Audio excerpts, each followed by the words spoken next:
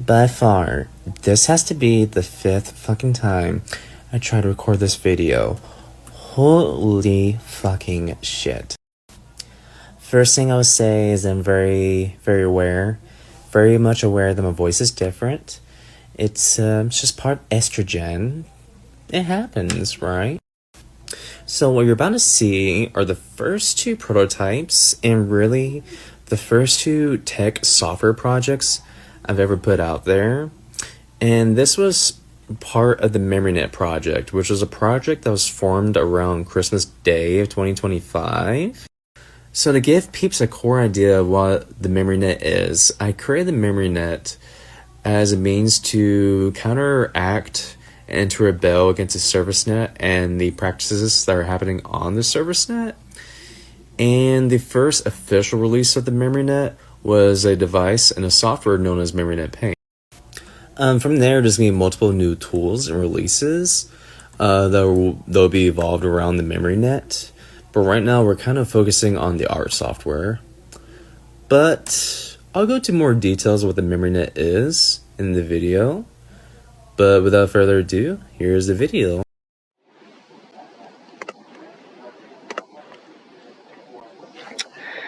So, allow me to give you guys a little history lesson. It was July of 2025. I was in a hospital at the time. I'm not going to go into reasons why I was in a hospital. But I was in a hospital. I was in the hospital for about a month. And while I was in the hospital, I had plenty of time to ruminate and to really think about what I wanted to do in life. So the MemoryNet project has its origins tracing back to, I would say, my middle school days. Back around 7th grade in middle school, I met a really talented peep. He went by the name of Ian. And that's when we came up with a name called Memory Software. And our wonderful plan for two teenage bitches was that we were going to do this. We were going to provide free internet because in North Carolina, we were beyond, and I mean beyond, tired of dealing with Spectrum and the bizarre practices that make no logical sense at all. So, obviously, the MemoryNet did not happen around my middle school days. It didn't happen in 2012. It didn't happen in 2013. Thank God, because it probably would not have worked back then. So, right when I got out of the hospital, I really delved deep into what I wanted to put out there in terms of my inventions. And I really thought about the state of the internet and what the internet means to all of us as people. I am beyond fucking tired of the gatekeeping culture, the extreme use of AI, and this very bizarre political divide and unsafe nature of the surface net. It's gotten to the point where you can't be yourself on the surface net if you even try to perpetrate your own individuality. Uh-oh, shocker, you get shadow banned. So, the MemoryNet actually, I've regurgitated the story many times of what the MemoryNet's all about, but to give you guys a key factor, the gimmick of the MemoryNet was that it was going to be the third internet between the surface net and the deep net. Now, obviously, there are multiple different forms of the net besides the surface net and deep net, but in terms of gimmicking and to make me sound cool, because I love sounding cool, we're going to call it the third internet. But in all intents and purposes, it was designed to be another branch and layer of the internet. So, moving on from there, the main goal was to allow peeps and users a platform to where they can find alternative platforms that they wouldn't usually find on the service net, maybe on NeoCities, and maybe on the Nico web, but not on the service net, because it's very well hidden underneath the bullshit monopolization of the big tech companies. Now, with every Facebook, there's a Space A. With every DK Oldies, there's a JJGames.com. And with every YouTube, there is a Vidly. The truth is, these alternative platforms are out there, and they're very much homemade, very authentic to the internet that we grew up back in the day.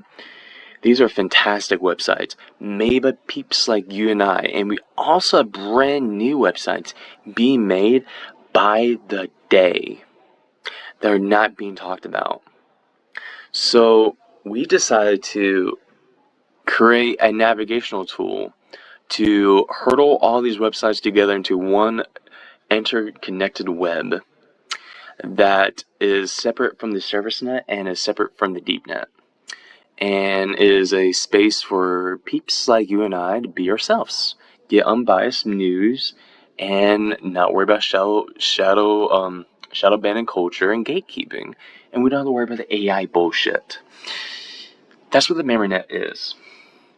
So, moving on from there, I decided that around early 2026, February 2026, I had an idea of what we're going to do to kind of give off the first kind of variation of the memory net. And what I did was I coded the prototype. Now, this prototype is extraordinarily similar to the early, late 90s Yahoo category selection sites and, pages like that back in the day. And what you're going to see with this prototype is that you're going to see a very, very basic prototype. But with every prototype, it's designed to kind of get an idea across of what we wanted in terms of the memory net. So let me go ahead and pull up the prototype real quick for you guys. So what you're seeing right here is the very, very, very, very, very, very, very first memory net prototype. As you can see, this was created around February 2026. So this is early 2026. And this prototype was not designed at all to be flashy, and it was not designed to be fancy. At the end, it's a prototype. And when I was working on this prototype, my main goal, above all things, was to essentially be able to kind of show off the proof of concept of what was in my head. I'm going to show you the second version of this prototype, where it kind of has more of a aesthetic kind of design to it. But as you can see, the prototype is very, very basic, and it was kind of designed to be more of a Yahoo style category selection site. So we got our basic information on the top. We got what is MemoryNet. And it says right here, kind of what described MemoryNet as a community-driven layer of the internet designed to restore creativity, individuality, and human connection. The concept and execution were created by Akira Kaminaga, and with the art direction, UI design, logo, and mascot crafted by the talented artist Zokalaza, which we actually had an artist, and they are a very talented artist. And unfortunately, due to financial issues, PayPal doesn't necessarily like it when I try to send money to a different country. We'll leave it like that. It just never happened. The MemoryNet was actually originally supposed to have a mascot, believe it or not. But anyways, moving back on. The purpose of the memory web is to guide users towards a decentralized, private, community-driven browsing experience inspired by the late 90s to early 2000s internet culture, reimagined through a Gen Z, Gen Alpha lens. Every website featured is created by independent, emerging LGBTQIA+ friendly creators, free from corporate control and built for authentic experience. So this kind of gives you an basic idea of how to use a MemoryNet, and you got how to use it, right? And here's the interesting thing, right? So for the first two prototypes of the MemoryNet, the goal was to not necessarily build a search engine, because we didn't want to do like a Google search engine or a Yahoo search engine or whatever, a Bing or whatever the case may be. We kind of wanted to create something that was more geared towards exploration. So for me, one important thing for me growing up using the internet was exploring the internet. Every website back then felt like an adventure, and it felt like going to something new and something different. And that's something that I really, really enjoyed about the old internet. And we kind of wanted to bring that back. We wanted to kind of do something based more off of categories as opposed to Google searching something. So it says right here, MemoryNet is not a search engine, as I said. It is a curated layer of the internet. You discover websites by exploring categories, experimenting, and interacting with links provided. You will not find major mainstream platforms here. Instead, you will find independent websites organized into themed categories. The goal is not discovery. Sorry, the goal is discovery, not algorithms, right? So I'll kind of give you an idea of what I mean by that. So we got categories right here. We got social realms, video vault, personal pages, forums, and you got the ritual and experimental. So social realms, that'll be your social media, right? So before we even got into anything, we never officially made any website available through this first prototype, because this first prototype was essentially designed just to kind of show off the functionality of it, right? Now, the second form of the MemoryNet prototype is where we will actually enter the websites, right? So with every classic retro web page, it's always a guest book. So obviously with this prototype, you cannot save entries yet. As you can tell, this was very much my very first time creating something and putting it out there. But yeah, so let me go ahead and pull up the second prototype that was very much based off of the aesthetics, that worked around the aesthetics, and that showed off the functionality of going to a new web page. So as you can see with version 2 of the prototype build, it's not really much different. Now version 2 is mostly designed to kind of show off more of the functionality, while version 1 was designed to show off the menu navigation functionality. This one's more designed to show off the site navigational functionality. So it's really no different. I mean, the definitions were shortened. I mean, obviously you can submit your web page, but right here you got the guest book. Obviously you can't submit anything in the guest book yet, but here's the real meat of everything, right? You got your categories. You got social realms, personal pages, video vault, so on and so forth. Now, when you click on social realms, that's all of your social media websites. You got space A, just like that. Let's go back to the categories. Let's go into dream width. As you can tell, it takes a while to load. Prototypes are prototypes. Actually, let's try a different website. I want to try... Let's try this one, actually. So there's another example of a website. Let's try another website. Let's go to retro. And for retro, let's go to Windows 93. And as you see, you get the Windows 93 webpage beating up. This is a custom webpage made by a very talented peep. It's really, really cool. It's very quirky. So, kind of going back, let's go to one more website. Let's go to personal pages. Let's go to 2-bit.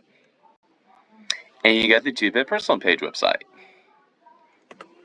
So really, version 2 was all about navigating to the websites, right? Now, there's two variations of version 3. This is the first variation of version 3. Now, version 3 was mostly designed to show off aesthetics. So with the aesthetics, we kind of had an idea of what we wanted the memory net to be. Now we wanted to work on the aesthetics. So I decided that I think a really cool thing is that if we're gonna design a alternative layer of the internet, let's go for a cyberpunk kind of look, right? So I chose the Orbitron font, I believe it's what it's called. And with the first variation of the version 3 of the prototype build, you got the Enter Memory Net. You got a different website, as you can see, just like that. And you got the guest book. And right here, through the guest book, is the first official post on the memory net, or the memory web, by me. So this is the first official post. And let's go to... fuck it, let's go to Vidly. And we're on Vidly, right?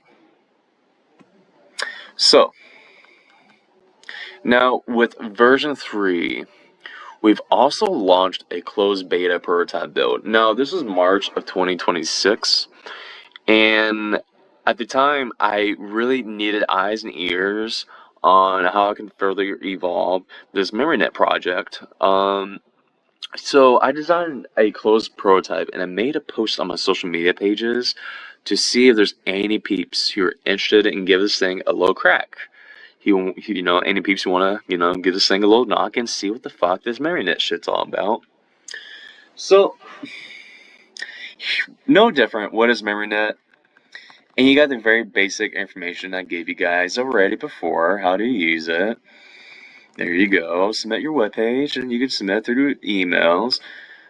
And you got enter the MemoryNet, and so on and so forth, right? So, really, it's really no different than how it is here. Because all you really had to do is you click on a website, and it brought you to an alternative website. Alright? So, with the first, I would say, the first 3 prototype builds, the core goal of the MemoryNet was to find its foundation of what we wanted this piece of software to be all about.